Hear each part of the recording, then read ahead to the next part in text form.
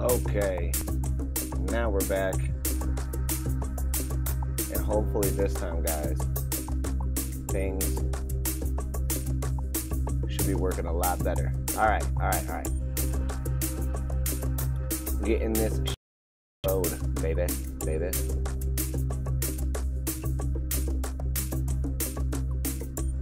It wasn't titled correctly, you know. I needed to get this thing down better. There we go.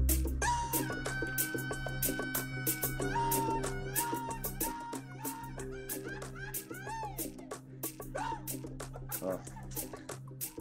I hope everybody's doing beautiful tonight. I hope everybody's in a good space, baby. We're gonna go ahead and just transition into it here because it's the second attempt tonight. Just coming back, first episode back in the States. So not everything goes down perfect as you would hope. You know what I'm saying? You win some, you lose some, but it's okay. All right, let's go ahead and get the show on the road. My name is Silky. My real name is Seth. My friends call me Silky, and every night I do this podcast. I try to every night, except when I'm on vacation, like in Mexico, when I'm at an anarchy conference, like just now.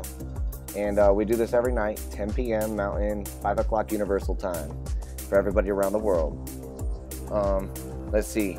What do we talk about here? We talk about sovereignty. We talk about becoming your own person, becoming free yourself. A lot of times we'll go into just kind of like what's going on with cryptocurrencies and how those things are trying to be regulated and controlled. We're going to start getting into some other things, though, because I've been fired up. Especially going to Acapulco. I got fired up to definitely start some new things. So we're accelerating Earth's awakening process. And we are just helping, you know, become sovereign here. Just an alien, just my perspectives, okay? So, yeah, let's go ahead and just take a look at some of these here. Make sure everything's looking good, sounding good.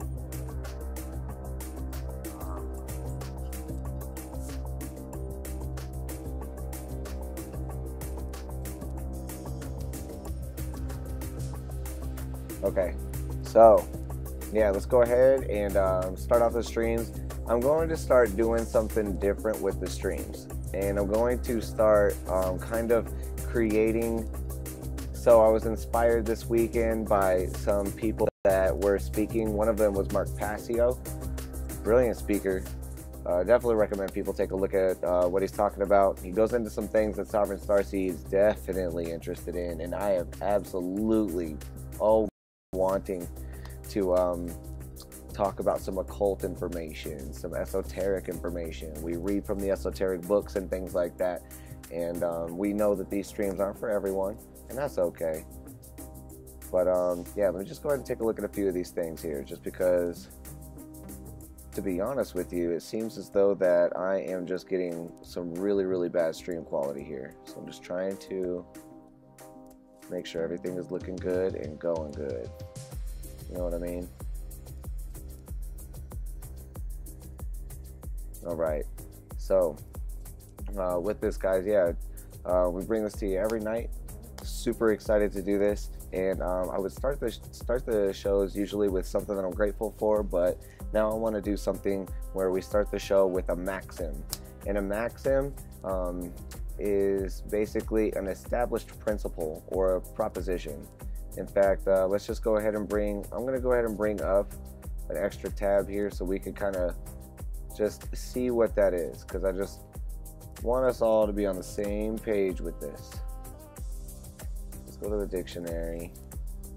Boom, boom, boom, boom, boom, boom, boom. Dictionary, free Bible download. That's not the dictionary I'm looking for.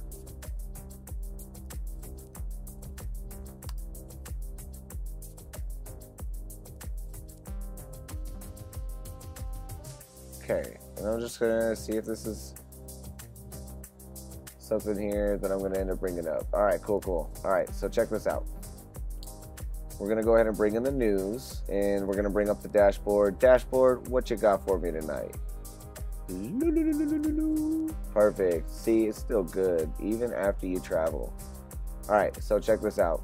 This is dictionary.com, and on dictionary.com, what a maxim is it's a noun, and it's an expression of a general truth or principle, especially an aphoristic or sententious one, or it's a principle. The second definition is a principle of conduct, and it came from around 1400s to 1450. It was a late Middle English maxime, medieval Latin maxima, original in phrase maxima propositio, axiom, literally greatest proposition. So synonyms are: it's an aphorism, a saying, an adage, an apothegm. And so what I want to go ahead and talk about is maxims are basically general truths that we can talk about, that we can say that because it's a general truth, it's something that we all kind of know naturally. It's something that we could call like common sense, or just natural sense, or just something that you don't have to end up doing a lot of explanation to just know and feel that this is right. So I always want to end up now starting off the shows with something like a maxim, and I'm going to be pulling maxims out of a brilliant document called Bouvier's Dictionary of Law by John Bouvier.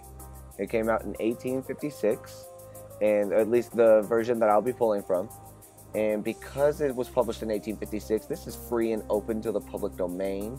And I just want you guys to see that, a few years back, there was a time when, actually quite a few years back, there was a time when I was introduced to maxims. And when I was maxims, I was very passionate about what was right. I was very passionate about, what is just. And it was during a time when I was really questioning a lot of things. So this was back in 2010 to 2012 era is what I would say. Questioning a lot of things and having so much fun with that. And I got into something called Bouvier's Dictionary of Law, and I found this online. And what they say is a maxim is an established principle or proposition, a principle of law universally admitted as being just and consonant with reason. So maxims in law are somewhat like axioms in geometry. They are principles and authorities, and part of the general customs or common law of the land, and are the same strength as acts of parliament. So when the judges have determined what is a maxim, which belongs to the judges and not the jury, terms do lay. Maxims of the law are holden for law, and all other cases may be applied to them. That may be applied to them shall be taken for granted.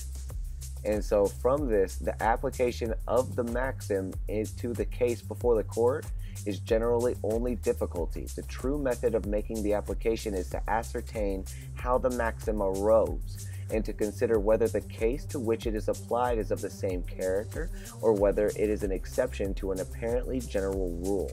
And that's all I wanted to explain here. So it says the alterations of any of the maxims of the common law are dangerous. The following are some of the more important maxims. So we're going to go ahead and get into one of these every stream, and it's just one little saying that we can learn and we can derive much knowledge from. And over time, watching these streams, we'll be able to, and I'm thinking maybe not just do it at the beginning. I might just do it randomly throughout the stream, just so that way we can, we can make sure that we're listening. But this is going to be cool, because after listening to a few of the streams and then getting a maxim, one maxim per stream, after listening to a few, you will have built yourself up with a few sayings that allow you to just build up a cache of knowledge that you can draw from that is verified by nature. It's verified by general truth. It's not something that requires a lot of explanation, and that's what I want the listeners as well and the viewers to see as well on this, is that these types of maxims allow us to become sovereign. They allow us to become powerful because it's general truth that we're using that's backed up by nature. And why I read what I just read was because we're just supposed to see with whatever we're considering at the time, if there's a maxim that applies to it, as well as if the situation that we're applying it to might be seen as an anomaly, an exception to the maxim.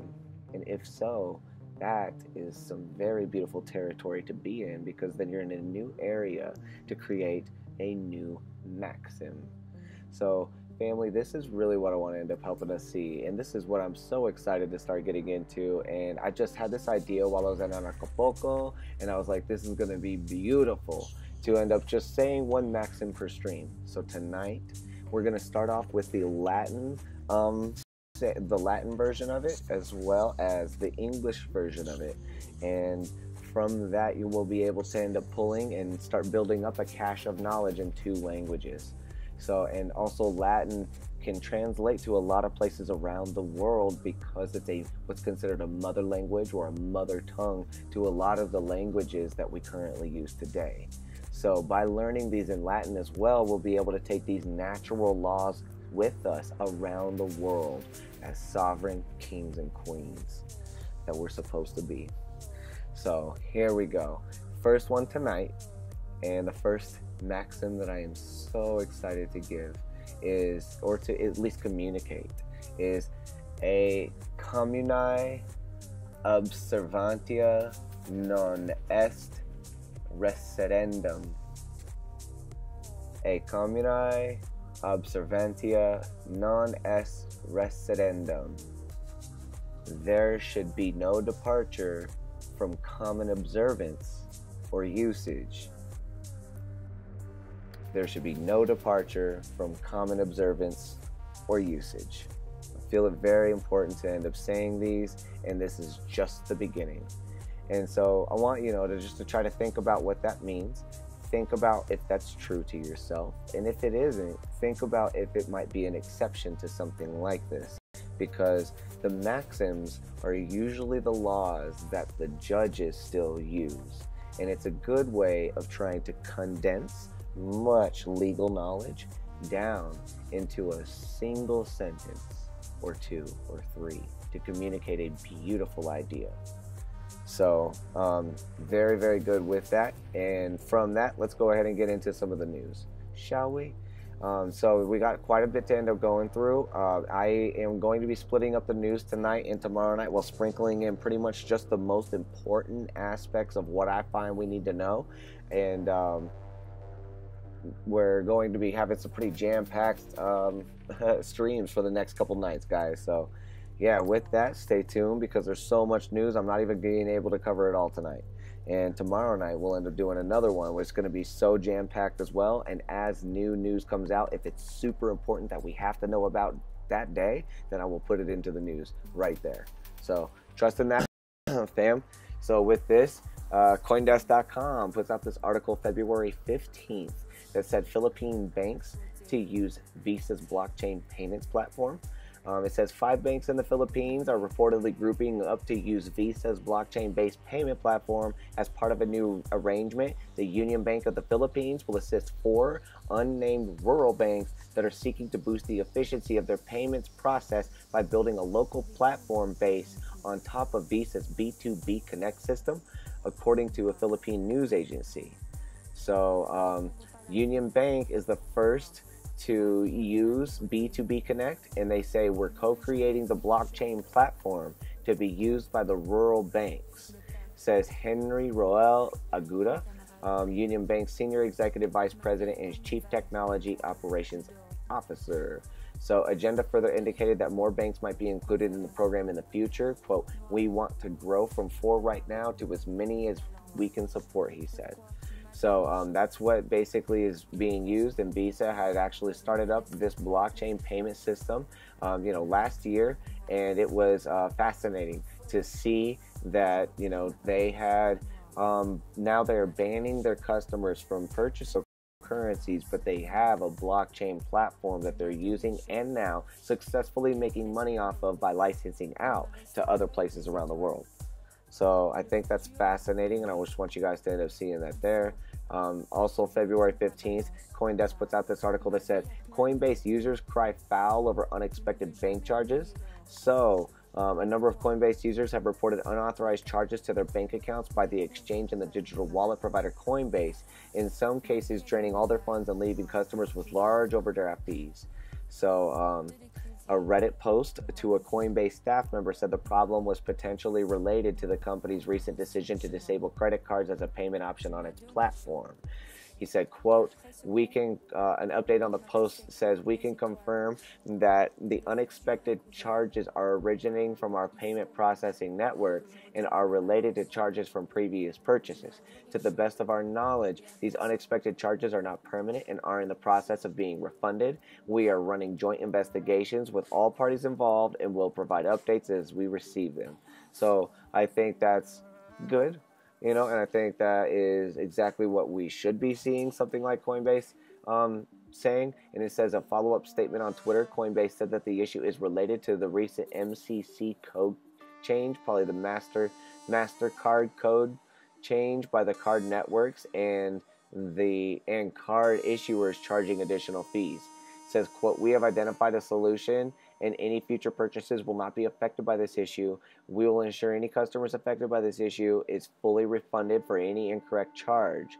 We expect this to happen for customers automatically through their bank. So that's something to look forward to. If you haven't gotten your reverse charge from Coinbase, definitely make sure you reach out, open up a support ticket.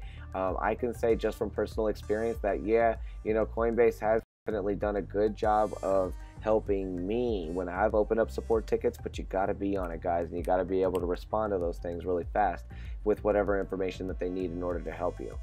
So, from that, Coindesk.com also puts out this article that said, Spanish government eyes tax benefits for crypto companies. So Spain's ruling political party is reportedly drafting legislation that it hopes it will woo cryptocurrency and blockchain companies to the country. According to Bloomberg, the People's Party of Spain is eyeing the move as part of a package that it would focus on firms working with new technologies like 3D printers.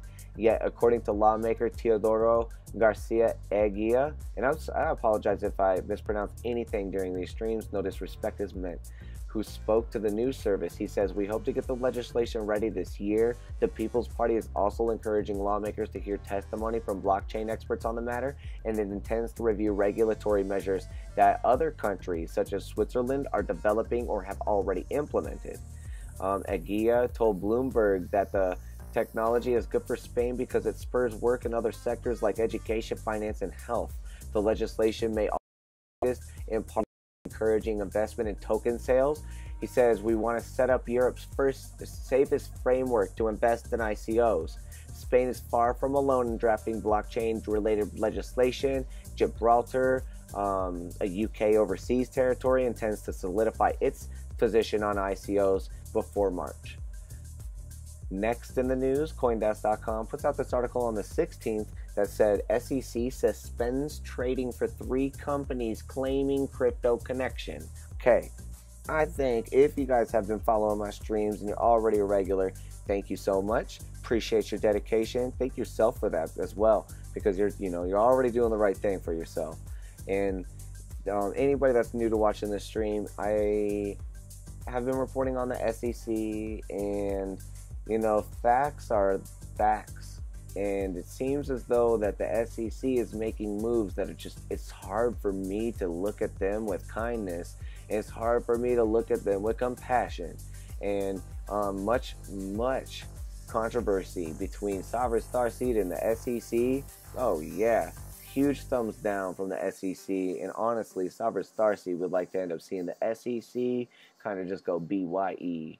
And what I'm seeing here is that that it's very fascinating because of all of the moves that they've made. Before I get into the moves, just to catch everybody up real fast, on that, I'm going to read this article, okay? It says the U.S. Securities and Exchange Commission said Friday that it has temporarily suspended trading of 3 companies as it looks into statements they made regarding the purchase of cryptocurrency and blockchain-related assets.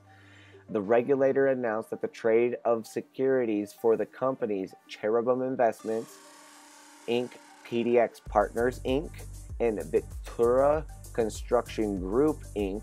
will be suspended between 9:30 a.m. Friday and March 2nd. The agency says, quote, the SEC's trading suspension orders state that recent press releases issued by CHIT, that's C, not an S, PDXP, and VICT claim that these 3 companies claim that they acquired AAA rated assets from a subsidiary of private equity investor in cryptocurrency and blockchain technology, among other things. According to the SEC order regarding the companies, it also announced the execution of a financing commitment to launch an ICO. So I just wanted you guys to see that. Basically, what's going on right here is that the SEC is saying that they're going to be halting trading of companies that have publicly stated some kind of pivot or business focus on the technology. Again, you guys, what is happening right here? Hey, Time Warp, KP, up on the spaceship. Appreciate you so much. Like, so much. Thank you for getting on the spaceship tonight. It's gonna be a good one. So, basically, with the SEC here, it's fascinating. Here's what it says. The SEC also has a quote. I just want to read more of their quotes. It says, fraudsters often try to use the lure of new and emerging technologies to convince potential victims to invest their money in scams, the SEC said at the time. All right, let's take a look at it. So, all right, I just want you guys to recognize what's been happening here with the SEC. Who has the SEC, Silky? Great question. They're the Securities Exchange Commission. They are basically a centralized authority that once was necessary to get things, I guess, communicating with each other, but now that we have cryptocurrency, it's quickly becoming obsolete. In fact, it's already obsolete. So let me just show you how. The SEC, Securities Exchange Commission, this little group of people that basically say that they have to dictate for the rest of, at least the U.S., because the U.S. has such political sway in the world, it often dictates a lot of other things in the world. The SEC kind of like is this entity that, this is just my opinion, fam. I know all this stuff could be easily debated, and I welcome it. It's okay. I'm not shy of it. I just think it's great to end up talking about this type of stuff. But this is just my perspective, and I realize I could be more educated on this. But just check this out. So SEC, centralized company, a centralized authority, really. And what they do is they basically dictate what objects are for other people, and they classify these objects for other people to give other people the rate at which they're going to be taxed, is really all it comes down to. So the SEC does the classification of all these objects that come onto the planet and, are created on the planet or derived from the planet or rain down from other planets. Hey, they try to end up finding a way to put all of these objects into categories so that way they can make sure that their system is flawless, updated, and it includes everything.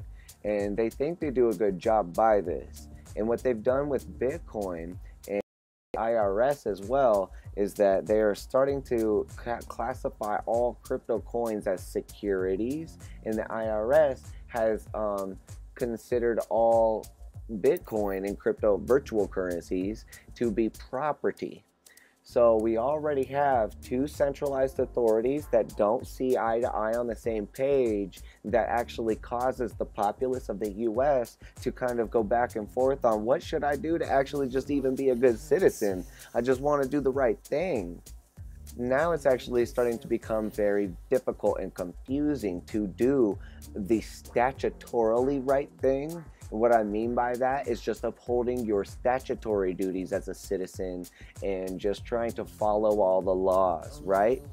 We're seeing here and what my eyes were really opened up to when I went to Mexico was the fact that so much of this stuff is getting to be so top heavy. And what I mean by that is there's so many regulations that only some people up at the top that can afford a lawyer type education can come into court and be able to do something and feel good about his case in court.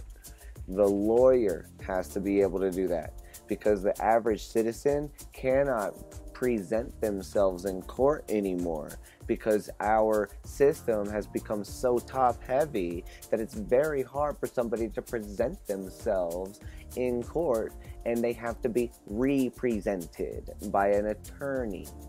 Hey, Mr. Compton, thank you so much for joining us, the spaceship. Appreciate you, my friend. Yes, I've been. Thank you. I do feel welcome back. He says welcome back home to everybody that's going to be listening to the podcast later. And by the way, everybody, so these videos are going to be archived on YouTube, and I'm not going to be doing massive trying to get all crazy with the YouTube game anymore. I'm not going to be trying that. I'm just going to be archiving the videos on YouTube, but I'm going to be transferring these videos, and it's only because that doesn't take any effort at all, and I'm grateful for that. But I'm going to be transferring the videos into audio format, and then they're going to be preserved on the Steemit blockchain forever, or at least until that one might disintegrate and something else like totally trumps it to the point where it doesn't work anymore. But that's pretty much how it's going. So I'll be saying things in chat. I'll be talking a lot about different things, just so that people that don't see this later on can still hear what's going on. So bam. Anyways, appreciate you. But all right, so what I want to just go ahead and say is so the SEC, centralized authority, they are trying to call all cryptos securities. IRS, another centralized authority, they are trying to call all cryptos property. There are people out there that have cryptos that never plan on selling them. They just want one of each coin, just because they played Pokemon and they got to catch them all. So those people are going to be seeing Bitcoin as neither of these two entities' ideas of Bitcoin. Not a property and also not a security. They're just going to see it as a collectible item. And so what I want you guys to see is that, we're all here to define what this is for ourselves. And that's the most liberating and beautiful piece that we can give ourselves and each other, is our own definitions to these things that we're holding, that are taking over the world, that are powerful. And guess what? The people that start to see these coins in the most beautiful ways will start to have the most successful coins out there. Bet on it. Bet on it. But anyways, I just want you guys to see that the SEC has definitely been doing some fascinating things lately. Check my previous streams on the Sovereign STARCAST previous episodes. And you'll also know that the SEC has not been, it's been really hard to give them a lot of good favor lately. On the 8th, Jay Clayton basically said, the CEO of the SEC said that three things. All cryptocurrencies all coins are considered securities. The second thing was they're considered securities because they're dictated based on company performance. And they said that anybody that wants to get into verbal semantics gymnastics with me is in direct crosshairs of the enforcement division. You know what? I'm not afraid. I do not care. Because what you're really trying to tell me is that you're trying to fear me into not thinking for myself, Jay Clayton. And that's the SEC CEO, guys. Those are his words. Check my past streams. Go look it up. It's not me. It's his quotes directly. That's a threat from the centralized authorities for you to think for yourself. And I just want you guys to remember that, so that way we can continue to think for ourselves. We must obey nature by thinking for ourselves. Thomas Jefferson said, we must obey God by resisting tyranny. And so what I'm trying to tell you guys is that this is the same thing too. Obeying nature by coming up with your own definitions is the way to obey the universal laws, the natural laws, and to let somebody else dictate or define something for you will be disobeying universal principle. These are more things that we're going to be getting into, and I want you guys to see that the SEC is very keen on making sure you don't think for yourself. So I just want y'all to remember that. And yep, check the past streams if you want to get into more of exactly how they've been acting. Next, Cointelegraph.com puts out this article that says paying tax in crypto ironically triggers more taxes. Fascinating. This is an expert take which takes opinions leaders from inside and outside of crypto industries to express their views on Cointelegraph. And it says in the US, the Inland Revenue Service, the IRS, is not accepting Bitcoin, Ripple, or Ethereum for taxes just yet, but it might not be too far off. With Arizona moving to become the first state in the country to accept payments in crypto and other states likely to follow, if passed, Arizona's Senate Bill 1091 would allow income taxes to be paid in Bitcoin and other cryptocurrencies that are approved by the Arizona Department of Revenue. The changes would not come into effect until 2020, which seems like light years away, but come on, y'all. We're already starting to get through Q1 2018. Ain't gonna be no time at all. It's gonna seem so fast. Tax authorities would be required to convert such payments to dollars at the prevailing rate. That makes sense since tax obligations are in dollars. Taxpayers would get credited with the converted dollar amount. Any swing in price that resulted in the state not getting the full payment would be responsibility of the taxpayer. So the timing is relatively important. However, what so far few seem to be noting is the taxable nature of paying in cryptocurrencies. After all, rightly or wrongly, the IRS position is that cryptocurrency is property, not currency. This fact has some big tax implications. For example, say you owe $5,000 in taxes, you could pay the $5,000 in dollars, or soon you could pay with $5,000 worth of, say, Bitcoin, Ripple, or Ethereum. So far, so good. As long as the crypto is worth $5,000 when you pay, you're home free, right? Not really. After all, you need to consider the sale you just made. Yes, the transfer of the crypto to the tax authority itself is a sale now, and that could mean even more taxes are payable for the year of the payment. If you bought the crypto for $5,000 the day you pay your taxes, there's no gain. But suppose, and that's not even true if you can end up buying it the same day that you pay for it, because it's rarely going to stay at $5,000. It's going to go up or it's going to go down. Either way, taxable event, and you still have to end up paying on it. So, but suppose you bought the crypto a year ago for $1,000 and it's worth $5,000 when you use it to pay taxes. That's right, and you have a $4,000 gain. Hopefully it's a long-term capital gain, which would make the taxes lower, but you still have taxes to pay. You could trigger a tax loss too if you had bought the crypto for $7,000 and transfer it for taxes when it is worth $5,000. Of course, the taxes triggered on paying taxes is just one type of transfer. All sorts of transfers for cryptocurrencies can trigger tax issues. Wages paid to employees using virtual currency are subject to federal income tax withholdings and payroll taxes. But if you pay someone in property, how do you withhold taxes? You can't pay an employee Bitcoin and send some of the withheld Bitcoin to the IRS. Well, not yet anyhow. And you have to send the IRS dollars. You either pay the employee some cash and some crypto and withhold extra on the cash, or you can sell some of the cryptocurrency to get dollars to pay the IRS. That's the ways that can happen. You see how complex it is? You see how unnecessary it is, family? It says, or you could, it says payments using virtual currency made to independent contractors are taxable too. The recipient has their income measured by the market value at the time of the receipt. Once more, as with other payments to independent contractors, taxpayers engaged in business must issue IRS 1099 forms. You can't enter 1,000 Bitcoin on IRS forms 1099. You must value the payment in dollars. as of the time of payment. The payment made using virtual currency is subject to Form 1099 reporting just like any other payment made in property. Many people seem to assume that all gains with cryptocurrencies are capital gains. If you hold it for more than a year, the best deal is long-term capital gain treatment. In reality, the gain or loss from the sale or exchange of virtual currency depends on whether the virtual currency is a capital asset in your hands. Oh my God. You see how crazy this gets, guys? Do you want me to read more? Do you want me to keep going on this article? Because I don't. Why?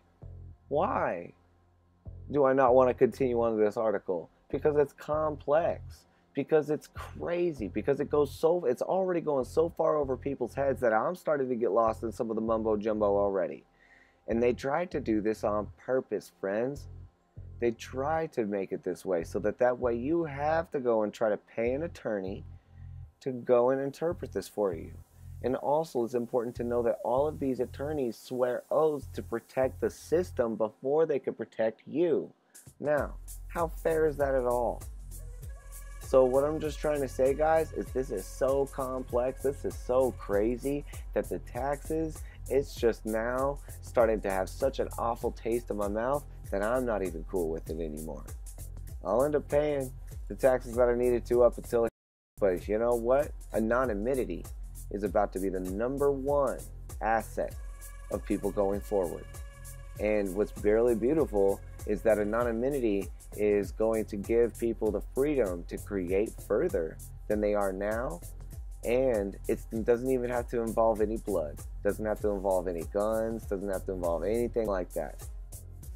And I think that's what's beautiful. And at a time where everything is tracked, trying to be private about things seems like anarchy. It seems like, something completely against the grain. Seems like something that's totally, oh my God, I can't believe you're doing that. Why? You shouldn't have anything to hide. But all of those types of mindsets, along with the taxes are necessary. You have to have the taxes. How are these things going to happen? How are the roads going to get built? I'll tell you this, friends. I learned something very good at Acapulco this weekend by somebody that, oh my goodness, it was so beautiful when they told me this. And listen to this. He said this. He says, taxes aren't taxes when they're voluntary. It's a form of a payment for a service. And that one little maxim to me was so self-evident that I was like, wow, absolutely. That gets me to fully believe no more taxes. Let's not have taxes. Let's have voluntary payment systems to that which we want to pay into, that which we value. And I don't think it would be very far off than what we have right now. Except I think that a lot of people value huge military. They value that a lot less than the government and the people that are spending a lot of the money. And that's what I'd like to see us getting back to. Is us spending our money on things that we value and we're voluntarily paying into, and then it's not even really going to be a tax. It's going to be something that we love having. I'd still pay for the roads. I'd still pay for the hospitals. I'd still pay for the education. But definitely the education would have to be changing. Anyways, next, Cointelegraph puts out this article that says BitMEX, Tether possibly has enough cash reserves, could still be shut down. So remember, guys, how I've been reporting on BitMEX for a long time. We've been talking about this since like November, since September. And every once in a while, these guys create millions of dollars in Tether tokens. And they promise everybody that uses Tether that we have it all backed up. We really do. But nobody has ever seen Tether produce or BitMEX produce a bank account or any statement or any type of proof that they actually do have $1 to back up every Tether, such as they say. BitMEX released an in-depth report on Tether today, February 19th. They put this out yesterday, detailing the reasons why Tether is most likely backed by sufficient fiat reserves after all, and what problems with regulatory bodies Tether will most likely encounter in the future. Tether is a digital token backed by a fiat currency, supposedly pegged 1-to-1 with the US dollar. Due to Tether's lack of enough publicly released bank audits, there are rumors that Tether does not actually have enough fiat in reserves to redeem all Tether tokens with US dollars if the need would arise. The BitMEX report attempts to refute those rumors by showing a possible correlation between the rising cash reserves of the international financial entities banking category in Puerto Rico under a section called "The lack of transparency may not indicate fraud." So, Cointelegraph recently reported that Puerto Rico may be emerging as a crypto tax paradise, as well as, I've definitely been talking about that too, and this is great. The BitMEX is trying to say that they possibly have all of this stuff by telling us to look at these banks in Puerto Rico. So that could be a very, very indirect way of trying to say that's where your money is. And they have it says, although their website's transparency page lists their current balances and claims they are regularly audited and fully transparent, the company actually dissolved ties with their New York-based auditor in January before releasing any full audits publicly. The report also covers the new November 27 hack of around 31 million Tether, which led to the company, in essence, demanding users to upgrade their software in order to initiate a hard fork and freeze the stolen funds. So I want you to see that these guys have had a pretty bad track record in the press, and also they have threatened people for reporting on them in a negative way, saying, you cannot report on this like this, we will take you to court if you report it. Well, it's hard to not report this. I want you guys to be aware. I want you guys to know. I want you guys to say, yeah, Tether seems like a time bomb waiting to implode. And it wouldn't be far off if you guessed that. So because of that, let's just take a look at what's happened here. After all the other events, now Tether is releasing their own reports. So they're releasing their own reports trying to say, we possibly have this money. If you possibly look at these reserves in Puerto Rico, we possibly got it, right? Wink, wink, wink. And so, that's just what I find to be hilarious about it. Okay? And, we'll just take that and just add it on to the timeline. Next, Cointelegraph.com puts out this article that says Israel confirms cryptocurrency will be taxed as property, not currency. So, Israeli tax authority confirmed on February 19th that the country will tax cryptocurrencies as property. It says, quote, these currencies will be considered as assets and will be sold as a sale, and the proceeds from their sale will be classified as capital income. The final version writes that crypto will be taxed by the capital gains tax, which in Israel will be 25% for private investors and 47% marginal rate for businesses. Jeez. So just what I want you guys to see, somebody from an Israeli law firm says the agency's stance ignore economic realities. According to the tax authority, investing in the esoteric currency of some Pacific island that can't be used in Israel and many other countries meets the definition of currency and is therefore entitled to a tax exemption, while investing in a digital currency is not. So they're trying to tax it. They're trying to call it a property.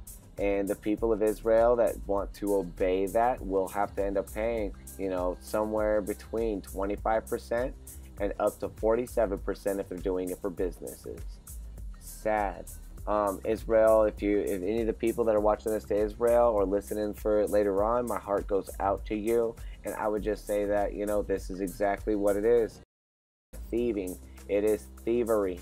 They are trying to put it and dictate it and define it for you. And I say, Israel, please define this for yourself. Please do not let them make you think it's property. You are beautiful. You are powerful people. You are kings and queens that are going to shine across this planet in such a beautiful way that if you allow these people to define words for you, then you cannot sit there and try to call yourself sovereign. It's hard to end up sitting there and saying, I'm free, I think for myself, man. But I believe that the cryptocurrency is going to be. I believe in paying taxes on cryptocurrency because it's property. If you believe it's property, then you can do what you want with that. We don't have to go through taxes to end up being stripped almost half of our stuff. So 53 cents of every dollar that a business earns in Israel on cryptocurrencies is all they get to keep. They have to give up 47 cents of every dollar. You got to give up a quarter of every dollar to the Israel authorities if you're trading it yourself, if you're selling it yourself, all of that stuff. Very sad. So, and yeah, Israel, you get a huge thumbs down right now from Sovereign Starseed, but I also want everybody to know that this type of can all be propaganda. All of these articles, they are all pushing an agenda. And we always stay neutral and remember that all of this is propaganda. Even my stream is propaganda. I'm pushing an agenda. And I want you guys to definitely just empower, just become sovereign, regulate yourself. Cointelegraph.com puts out this article that says on February 19th, so just yesterday, guys, South Korean government official in charge of crypto regulations was found dead of a heart attack. So a ranking official in South Korea who's been developing policy measures against cryptocurrency speculation was found dead at his home in Seoul. So this is fascinating. They started weekly in November 2017. South Korea's government started weekly meetings of vice ministers to regulate cryptocurrency operations. The deceased official was in charge of integrating opinions of different ministries and offices for meetings headed by Hong Nam-ki, Minister of the Office for Government Policy Coordination. And so, wow, it's fascinating to see because this guy, this South Korean government official could have known too much. He could have said the wrong thing. He could have said the right thing too early. You never know, because when somebody's been taken in like that fast, I don't think they would do it to themselves. So, yes, as this is, next, Cointelegraph.com puts out this article that says the South African president steps down as banks embrace blockchain technology. What? This is beautiful, beautiful news, guys. In our expert takes, opinion leaders from inside and outside the crypto industry expressed, South Africa's president, Jacob Zuma, announced that he was stepping down on Valentine's Day after leaders of the African National Congress vowed to force him from office. On the same day, the police raided the home of the South Africa's wealthiest Gupta family. Zuma became president in 2009. His controversial corruption scandal linked to the Gupta brothers, Atul, Rajesh, and Ajay, was labeled Zupta, and was one of the reasons he was forced to resign, as it inflicted severe damage on one of Africa's biggest economies, just by having somebody there trying to run for a high government official position, but still, is like that.